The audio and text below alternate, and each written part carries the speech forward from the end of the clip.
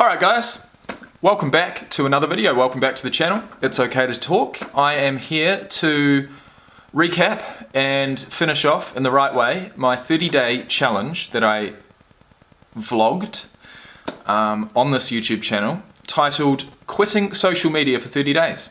This video title is I Quit Social Media for 30 Days and This Is What Happened. Now, that title suggests that I quit every single social media app there was and I didn't even touch them for 30 days, and that would be a complete and utter lie. Because what I found early on is that there was only one, to be honest,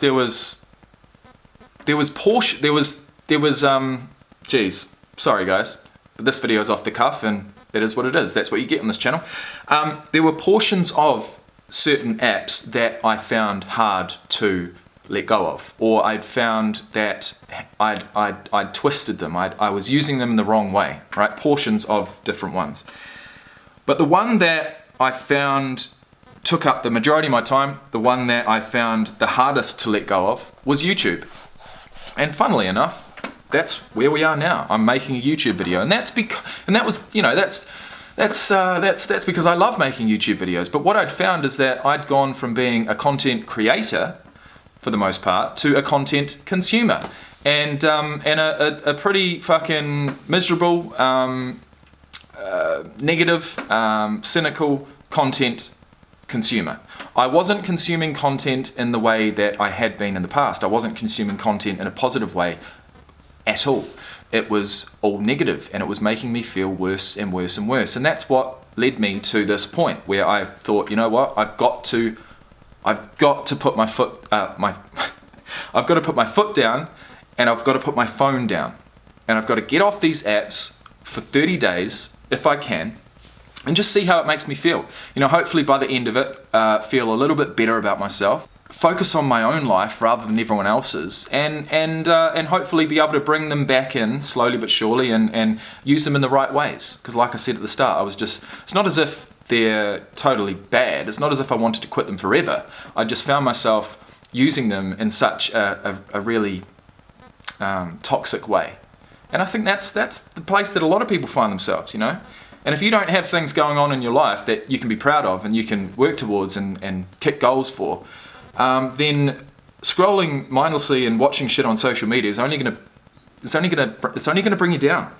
Unless you are genuinely happy with where you're at, and you're genuinely happy with just consuming content for fun and for laughter, like memes and shit like that. I mean, that's the other side of social media, right? But for someone who does want to be successful, for someone who does feel as if I've let myself down in life with certain things, I was getting nothing positive. The memes didn't mean shit to me anymore. All I was doing is comparing myself over and over and over and over again to other people's highlight reels, and that's what social media is. So anyways guys, we've gone down a few rabbit holes already, and that's what happens on this channel, but this video had to be made. I needed to cap off that video series in the right way, and that's why we're here. So the first thing I want to mention is Instagram. I want to touch on messaging. Facebook somewhat, but my Instagram messaging, okay? I never had any issue with my use of social media until around about 2019, 2020. Now in 2018, let me take you back a wee bit, I had an explosion of growth on YouTube on my other channel. What that meant is that due to my Instagram handle being in all of my videos, I was getting hundreds of messages through Instagram. Now, the thing about the Instagram inbox is that I might get 100 messages from random fans or followers, but then the next message might be from, a personal friend or a family member, but it gets lost because these, 10, 20, 30 more messages come through, and then I might get another message from a family member, and then, you know what I mean? So there was a point there where I made it my goal, and I made it a priority of mine to get back to every single person that came to me, right? Every single message that came through, I would write back to them. And that, not only did it wear me out, it burnt me out, but what happened is that I totally twisted the boundary within my messaging apps between personal and what do you want to call it? Professional, personal life, family and friends, people that I know in person, people that, the relationships I want to keep and I want to, they mean the most to me, right? And then these fans and followers who meant a shitload to me at the time. I mean, this explosion of growth was amazing, but I totally twisted the two, right? And what happened was, in the end, I got burnt out, and I started not only not getting back to my fans and followers, but also not getting back to my family and friends. Okay, so one of the things that I've had to change, one of the things that have changed after these 30 days was realizing that, and I'm still not perfect, to be honest with you. Like I log into my Instagram inbox and I've got 50 unread messages, and I scroll through and I'm like, okay, today's going to be the day that I get to them and get back to everyone. But halfway down, I'll see a message from a friend, a good friend that I've left unread for 3 weeks, and I'm like, fuck. And the longer you leave it, the more anxious you feel. You're like, God, am I going to be one of those guys who replies to someone 3 weeks later and just acts like nothing happened? And yes, I am that guy. And I don't like being that guy by any means. But the thing is about the thing with Instagram and Facebook is that you can't separate your inbox, right?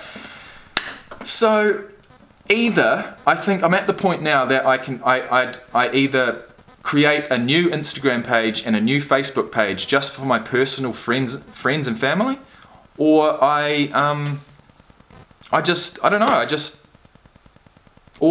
back to old school, you know what I mean? And I ring the cunt. Sorry, excuse my language, I am in Australia right now. I ring them. I ring people. And that's something I'm scared of, right? And I've got more and more scared about ringing people and talking on the phone due to the amount of online interactions I've had. And, I was on MSN at age 10. I was coming home from school, jumping on the computer and logging on to online chat rooms at the age of 10, okay? So it has been ingrained in me. Like, it's no surprise that I prefer typing than actually talking.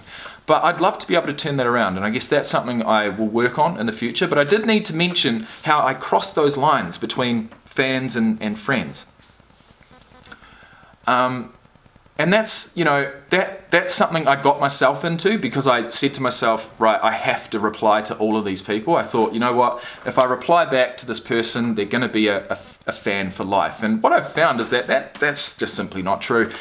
You can't do that. You can't guarantee that. You can't presume that. To assume makes an ass out of you and me. And I was assuming that would be the case. And it's whether it is or it's not, it burnt me the fuck out. And what I've found is that it's going to be beneficial to me moving forward to really create a clear line between the two. How I'm going to do that, I'm not sure. I just mentioned I most probably will create some new accounts, which, you know what? The more I say that, the more it makes sense, and I probably will do that. Not today, but soon. So I think half the reason why I was comparing myself to other people and just feeling completely and utterly inferior was because, you know what? I really wasn't up to much. I didn't have a job at the time. I was addicted to alcohol, and I wasn't training in the gym, which is so very, it's been so central to my social media experience, was training in the gym and sharing my experience and consuming that type of content. But if I'm not training myself, there's no way I want to consume that type of content. And that type of content's positive and uplifting, and I love it. But I'd lost my way, and so the type of content that I was consuming was, geez, it certainly wasn't that. So it was, I didn't have a job. I mean, let's get back to that. Like, So at the end of the day, I didn't have a job, and I needed one. And it took me about a week after putting my phone down and quitting social media for me to finally begin a job and feel bloody good about it. You know, I was waking up in the morning, going to work and not checking my phone, not scrolling through Instagram or Facebook or YouTube, although I did bring YouTube back at times. But you know, I was waking up without the hangover. I was waking up having worked out in the gym, and I was waking up without that pull of social media. And that set me up to really enjoy the first few weeks of my job, really focus and try and be the best employee I could be. And so it was really good timing, really good timing. Now, what I found is that Twitter was just the easiest thing to get rid of. Snapchat, I actually deleted, and I haven't got it back. We all know what Snapchat's for, to be honest with you. Hey, don't at me. Either way, Snapchat, Twitter, gone. Twitch, I never watched. I've got an account, but, you know, fine. Instagram and Facebook, I deleted. I got rid of them for the 30 days. They weren't hard to do because I got myself so wound up, I got myself so against social media that it was actually really easy. It was easy to put the camera down. It was to put the phone down. It was easy to log out of these things. But one thing that wasn't so easy was YouTube, and that's because I'm just such a YouTube nut. I fucking love it. I love creating content. I love consuming content. But I was consuming the wrong type of content, and it was making me feel like shit. So I think I went the first 7 days without it. Then I brought YouTube back in. I'd watch it. I'd watch a few videos. Then I'd delete it again. Install it another 3-4 days later, watch a few videos and delete it again. And I found myself doing that over and over again. And by the end of it, I'd actually just kept YouTube on my phone. But the other apps I didn't. And that's not. I do feel a little. I don't know, just disappointed that I couldn't delete it. I couldn't get rid of it. That's what I found. You know, this video is titled, I quit social media for 30 days, and this is what happened. And that's what happened. And so what I've found is that it doesn't matter what app you're talking about. It doesn't matter what content you're looking at. It matters what's in here. And it's mindset. And your mindset determines how you take in content, right? So if you're happy up here, if you're feeling confident, if you're feeling like you're kicking goals, if you're feeling like you're capable, then you're only going to get the positives out of social media. If you're feeling negative, if you're feeling disheartened, if you're feeling like lost, then the only thing you're going to pull from social media is negativity and negative comparisons. So look, at the end of the day, I'm not back to where I want to be. I don't look at a meme and I don't look at a meme and take from it what you're meant to. I still look at businesses because I've had a business myself, and I'm not sure if it's a failure, but it's certainly not what I may have expected. And I know a lot of people go through that, but for me to see any business on YouTube, on Instagram or Facebook or whatever, and those comparisons are there, but it's only because I still feel as though I can be successful in the business realm. I'm not exactly sure, and you gotta look. I'll leave you with this. You gotta take the lessons from things, right? To lose is not to fail; it's to learn, right? I don't know if that's, I may have just pulled that out of my ass, but at the end of the day, I and everyone else out there needs to remember, just because you fail doesn't mean it's not the end of the world. You've got to take your lessons from things, and you know what? Even just talking before about feeling as though I can still have success in the business realm, I now know certain things that I would not even entertain, because I know that if you're not passionate, I know one thing. You're never going to be able to get your employees as passionate about your own business as you are, right? But if you want your business to expand, you're going to have to bring in employees at some point. And if you're not passionate to the fucking death about your product, it'll get too much. You'll burn yourself out, you'll lose interest, you'll wake up one morning and think, this isn't worth it. I'd rather a 9 to 5. And that's okay. That is okay. Because business is not cut out, not everyone's cut out for business. And am I cut out for it? Maybe not. But I feel like I've still got one more run in me. Although this time I know that the product has got to be something lightweight, easily shippable, because shipping just killed me, and I've got to really, really, really love it.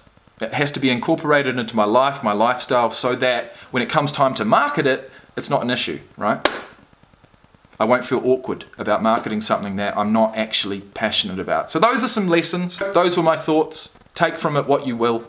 But this video series, 30 Days of Quitting Social Media, has now completed. We are 3 months on, and I don't know if you can tell, but I am feeling hopeful. I'm feeling positive. I'm feeling like I can use social media for what I want it to be used for, which is positive, uplifting content. But even in saying that, I mean, social media overall is pretty toxic, isn't it? But you've just got to be able to separate that from the good stuff. And hey, I haven't written any manual. I'm still working on it. But I'm in a hell of a lot better place now than I was 4 months ago. So thanks for watching, guys, and I'll see you in the next video.